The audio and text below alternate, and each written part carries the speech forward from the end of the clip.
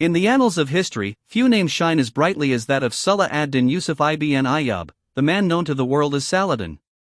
A warrior, a ruler, and a legend, Saladin was not merely a conqueror, he was a man of wisdom, mercy, and unwavering resolve. His legacy stretches far beyond the battlefield, echoing through time as a symbol of justice, courage, and honor.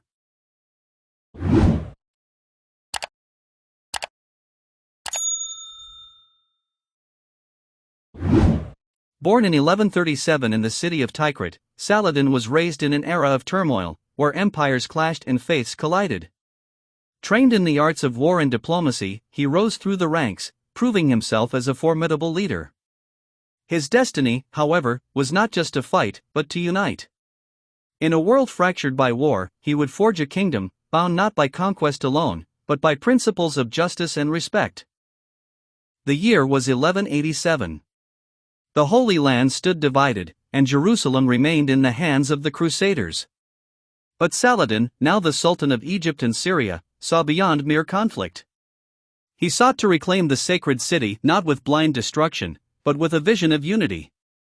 At the Battle of Hattin, his strategy and discipline led to a decisive victory. Soon after, Jerusalem stood before him, its gates trembling under the weight of history. But unlike those who had taken the city before him, Saladin did not seek vengeance.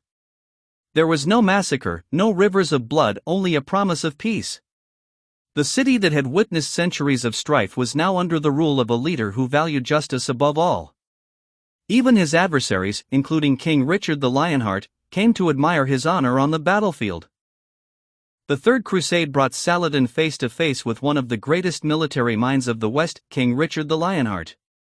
The battles that followed were fierce, each a clash of wits and steel. But even amidst the chaos of war, a rare respect blossomed between these two titans. Saladin famously sent Richard a horse when he was unseated and even dispatched his personal physicians when the English king fell ill. It was an age of war, but also an era of chivalry, where true warriors fought not just with swords, but with honor. After years of war and diplomacy, Saladin's mission was complete. He had not only defended his people but had also shown the world that a leader's strength lies not in conquest alone, but in mercy and wisdom.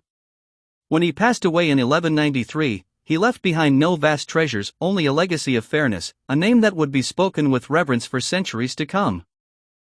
To this day, Saladin remains a towering figure in history. For Muslims, he is the hero who reclaimed Jerusalem. For the West, he is the noble adversary who defined the age of chivalry. And for the world, he stands as a reminder that even in the darkest of times, justice, compassion, and true leadership will always shine through. Saladin, the Crusades' just and fearless leader.